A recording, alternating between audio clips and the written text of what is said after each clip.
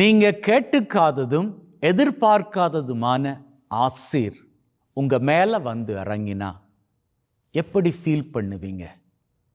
சரி, தெளிவாகவே சொல்றேனே, நீங்க கேட்டுக்கல்ல உங்களுக்கு அந்த வாகனம் வேணும் அப்படின்னு. அது உங்களுடைய கனவு வாகனம் கூட கிடையாது. That was not your dreamed vehicle.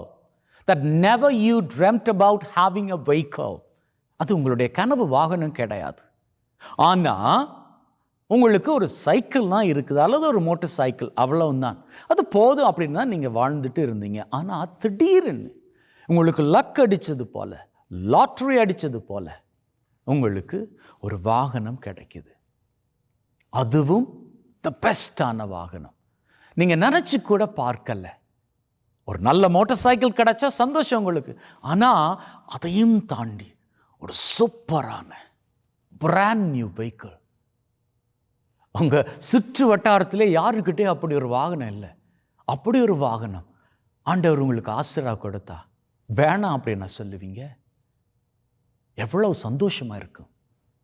அதே போல தான் நீங்கள் கேட்கவும் இல்லை, எதிர்பார்க்கவும் இல்லை, ஆனால் அந்த ஆசீர் உங்களை வந்து சேருது. அன்னை மரியாள் கேட்கவும் இல்லை, எதிர்பார்க்கவும் இல்லை, தன்னுடைய வயிற்றில் தேவகுமாரன் கருவாக வருவார் அப்படின்னு சொல்லி. இன்னைக்கு பாருங்க, மார்ச் மாதம் 25ஆம் தேதி, இன்னையிலிருந்து டிசம்பர் மாதம் 25ஆம் தேதி வரைக்கும் கால்குலேட் பண்ணி பாருங்க. April, May, June, July, August, September, October, November, December, கரெக்டாக 9 months.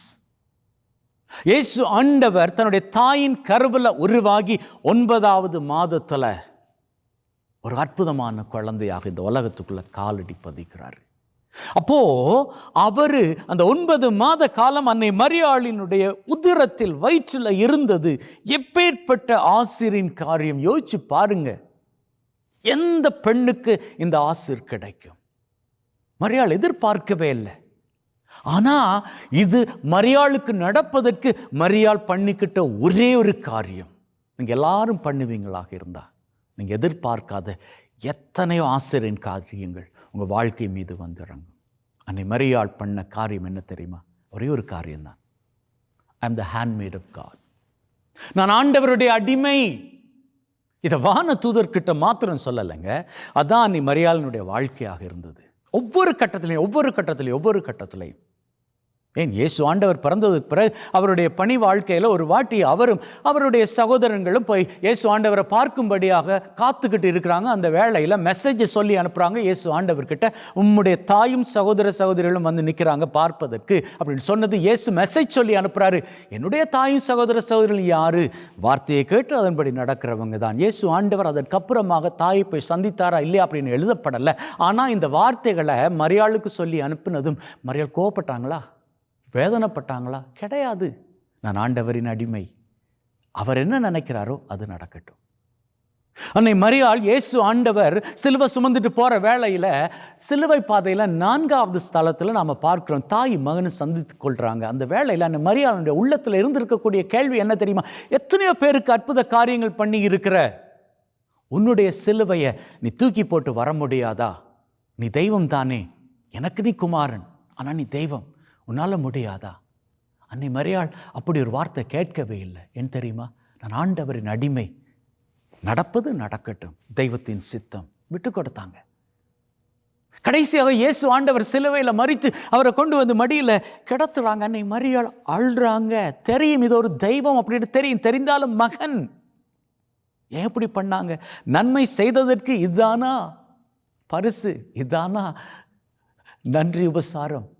அன்னை மரியாளுடைய மனதில் எவ்வளோ வேதனை, வெளிப்படுத்தவே இல்லையே. அன்னை மரியாள் மனதில், இது ஆண்டவரினுடைய அடிமை நான், அவருடைய சித்தமே நிறைவேறட்டும்.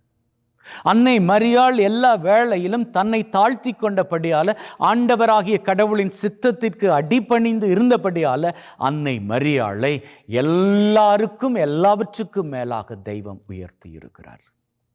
அதால தான் அவர் எதிர்பார்க்காத, கேட்டுக்கிடாத எத்தனையோ ஆசீர்வாதங்களை அவர் வாழ்க்கையில் அவர் கொடுத்தார். என்ன பாருங்க, இயேசு ஆண்டவருக்கு முன்னாடி அன்னை மரியாள் தன்னுடைய கணவரை இழந்தாங்க. கணவன் இல்லாத ஒரு மனைவி தன்னுடைய மகனை எப்படி வளர்த்திருக்க முடியும்? ரொம்ப கஷ்டம். ஆனால் அந்த கஷ்டத்திலும் தெய்வம் துணையாக இருந்தார். இயேசு ஆண்டவர் இறந்ததற்கு அப்புறமாக கூட அன்னை மரியாள் தனிமையில் யோவான் அவரை பார்த்து கொண்டார். இப்படி அன்னை மரியாள் தன்னுடைய வாழ்க்கையில் ஆசிர் மேல் ஆசிரை பெற்றுக்கொள்வதற்கு எந்த விதத்திலும் தனிமையை உணராமல், எந்த விதத்திலும் தான் எல்லாருக்காகவும் இருக்கிறேன் அப்படின்னு சொல்லி கடவுளின் சித்தத்திற்கு தன்னை அடிபணிந்து விட்டு கொடுத்ததால தான் இன்னைக்கு ஆண்டவர் அப்பேற்பட்ட மனநிலை கொண்ட அன்னை மரியாளை, பெண்ணாக பிறக்க வைத்த ஒரு மனித பிறவியை இன்னைக்கு வானங்களில் உயர்த்தி எல்லாருக்கும் அரசியாக திகழும்படி அவர் ஏற்பாடு செய்து வைத்திருக்கிறார். அன்னை மரியாள் இந்த உலகத்திற்குள்ள பிறந்தப்போ வானதூதர் அவரை சந்திக்கும் வரை நினைச்சிருப்பாங்களா, நான் விண்ணகத்தில் அரசியாக இருக்க போகிறேன் அப்படின்னு? அன்பின் உள்ளங்களே, நமக்கு இந்த விஷயம் பெருமைக்குரிய விஷயம். ஏன்னா உலகத்தில் நம்மை போன்று பிறந்த ஒருவர், ஒரு பெண் இன்னைக்கு உலகத்தையே படைத்தவரோடு அருகில் உட்கார்ந்துக்கிட்டு இருக்கக்கூடிய தகுதியை பெற்றிருக்கிறார். அந்த இடத்துல நல்லா யோசிச்சு பாருங்க. இந்த உலகத்தை உண்டாக்கிய பரிசுத்த தகப்பன், குமாரனாக வந்த இயேசு ஆண்டவர், நம்மோடு கூடவே இருக்கக்கூடிய பரிசுத்த ஆவி, இந்த 3 பேரும் யாரு? இந்த அகில உலகத்தையே, இந்த பிரபஞ்சத்தையே படைத்தவர்கள். இந்த படைத்தவர்களோடு சேர்ந்து இருக்கின்ற வல்லமை யாருக்குங்க இருக்குது? வேறு எந்த ஆண்களுக்கும் கொடுக்கப்படலை. ஒரு தாய்க்கு தான் கொடுக்கப்பட்டிருக்குது. தான் எதிர்பார்க்காத, வேண்டிக்காத ஒரு காரியம் எப்படி கிடைத்தது? அன்னை மரியாளினுடைய தாழ்ச்சியினால். எத்தனையோ காரியங்கள் தலைக்கணத்தால் சாதிக்க முடியாத எத்தனையோ காரியங்களை தாழ்ச்சியினால் சாதிக்க முடியும்.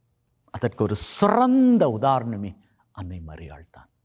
சாதிக்கலாங்க, உங்களால் முடியாது அப்படின்னு சொல்லி எதுவுமே இல்லை. எல்லாம் முடியும், எல்லாம் கூடும், உங்களால் கூடும். அதற்குரிய சக்தியை, வல்லமே தெய்வம் உங்களுக்குள்ள தந்து வைத்திருக்கிறார். இன்னைக்கு நிறைய பேர் வெற்றியை தழுவி கொள்ளாததற்கு காரணம் என்ன தெரியுமா?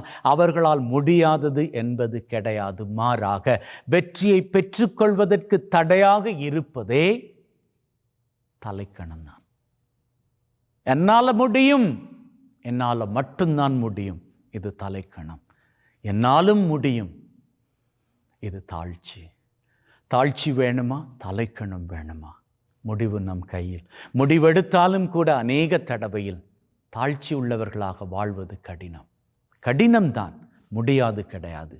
கடினமாக இருக்கக்கூடிய காரியங்களை கூட தெய்வத்தோடு நாம் கைகோர்ப்போமாக இருந்தால் கடினமான காரியத்தை கூட நம்மால் முடிக்க முடியும். ஐம் சாரி, நம்மால் அல்ல, தெய்வத்தால் நம்முடைய சக்தியை அவர் நம்ம கூட இருந்து பயன்படுத்தி, இனி ஆழமாக தமிழில் சொல்ல போனால் நம்முடைய சக்தியை அவர் முடுக்கி விடுவார். நம்மால் வெற்றியை காண முடியும். ஆகவே மனதில் உறுதி கொள்ளுங்கள்.